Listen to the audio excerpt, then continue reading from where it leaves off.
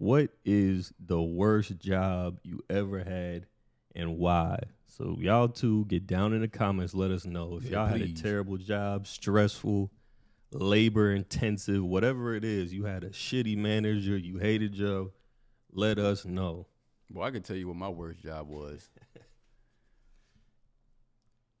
And it wasn't until I came back across the bridge, because, you know, when I was down on the shore, I was working at Red Lobster.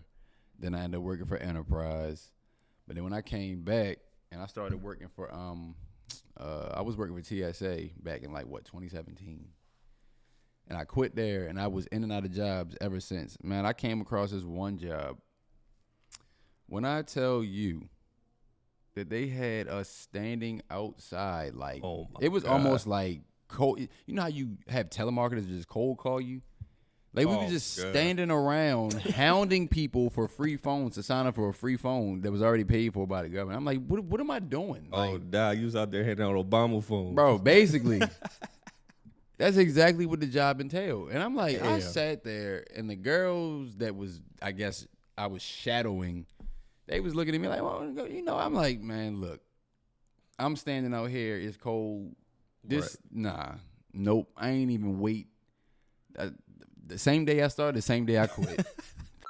That. Look, that's the one when you quit on the same day. Bro. That's the side hey. And not to mention, I had to get up at 7 in the morning to be there by I think 7:45, and then we had to drive our own cars, and they had me all the way out PG. Oh no, ain't no way. And I didn't get back home until probably 9, and I'm like, yo, no.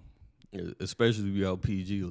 It was some pyramid scheme bullshit. I don't even remember the name of the job. That's how terrible it was. Especially if you out PG. I'm not trying to get robbed for no free phone. They free, bro. Just take them. Yeah. If you want all of them, take all 20 of them. I think it was the social service office or something. Yeah. They already had, I understand that they need government assistance. Yeah, for sure. But they're not going to sit here and waste time to try to qualify for a phone that's cold. Come on, man. Right. What am I doing? What am I doing? And you know, everybody think them hood phones, them Obama phones is tapped anyway. They don't even. Most people don't even want them. Exactly. Because they think, the feds got me. Exactly. And that's what one of the dudes, when I was trying to get him to, sign up for the phone, he's like, man, he said, man, that phone hot, man. He said, you might want to get away from it. That phone start clicking when you get on it. Yeah, I said, man, this is terrible. I ain't even wait to see what the first paycheck looked like. I ain't even care. Yeah, just send whatever in the mail. Because it sounded like it was commission based only any goddamn way. I'd have been better off going door to door selling knives or something. You know, right. Was it Vector? They send a check out to you in the mail, 33 cents made out straight to you. Yeah, that and you. Whoever that job was, I hope you doing your thing successfully or whatever, but it's not for me. No. You out here wearing suits while we out here in slippery Earls and polos and stuff right. And it's 30 degrees outside. You go into the office, ain't got no damn desk. Everybody just standing huddled together and shit. What the fuck? Bro, I was so pissed off. I was like, yo. So first of all, you should know, when they hire you the job the same day that you interview, stay away from it. Oh, same time you interview. Yeah. When you stand right in front of them, they're like, you got the job. They we want to offer you the job. No. Oh, yeah, them is the worst.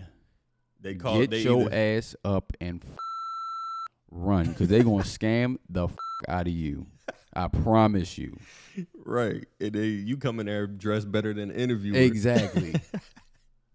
It is either right before the worst jobs I ever had. You know what's funny? The person before me didn't even have on dress clothes. This motherfucker had on a polo, some jeans, and some open-toed sandals, bro. No way. No lotion on his feet, and he straight got the job, too. That's how I knew I needed to quit, right then and there. But when he came in on the first day, he was dressed, reasonably. But he was looking around the same way I was. Like, what the hell was going on in here? I was like, man, I don't even remember the name of the job or the location. Bro, it's crazy. I just said, f*** him. Yeah, that's what you got to do. But I know for me, and I ain't going to say the name of the place, but I remember I was too young to be working. I was working under the table. Hey, I remember that. And I was working for a seafood place, like a crab place, whatever y'all local thing y'all got going on. It wasn't like one of them established big places. It's like a crab shack. You go out there, they go out there on the crab boats, do all that, got the fish, all that. So I remember I'm young. In summer, this probably the worst part about it, but I thought it was the best part about it. When I was so young, I was in the summer. I would work there from Monday to Friday, 8 a.m. to 8 p.m. For $50 a day. Boy, you was getting scammed. So I look back, I was making something like I was making $3.80 an hour. When I look back at it, something like that, $4, $3.50, whatever. Joe. But I remember, and that's why I said it was good for me, because like I got so addicted to like trying to hustle and get money. I remember I used to go, besides the point, I used to go up. My moms used to take me to New York. We used to go to Canal Street. I used to get the fake ice cream shirts, fake BBC shirts, sell them in school. I remember when Soulja Boy came out with the rubber band chains. I used to make them and sell them to people in school. And it's because the dude that owned it, everybody worked there at the table. So it was either illegals worked there, or people like your local neighborhood, whoever could just walk in there and man the register. So he had everybody. So he was making the money because he ain't had nobody. Right. He wasn't paying nobody right. Right. So at the end of the day, when I got my $50, I remember he was a white dude who owned it. I would go to the office, go get my $50 after 8 p.m. We done swept up, close up, and he would pull a stack, hundreds and fifties. I mean, as thick as his hand could go, in one pocket, in another pocket, and another one. He'd just be thumbing through the hundreds, 50. So I guess like when you younger, you see stuff on TV like Lil Wayne back then, Lil Wayne, Hot Boys era, stuff like that. They got the chains, they got the jewelry, they got the money, they got the cars, all that. To me, I always seen that was like TV, so I couldn't like relate. But when that was the first time I seen somebody have some like money in their hand, like. So I was just like, I need to get that. But going back to the job, the bad part, like I'm in there scaling fish, skinning sharks. They bring you wake up early. So when I got there, 8 a.m., I never went out on the crab boats or nothing like that, the shrimp boats. But they brought it back in like one of them refrigerated trucks. They just put it refrigerated like a little ice box. Like U-Haul joint. You just put it on the back of the pickup. So they made me go out there, wash the truck, wash that. So I had to wash all the trucks in the morning. For $50?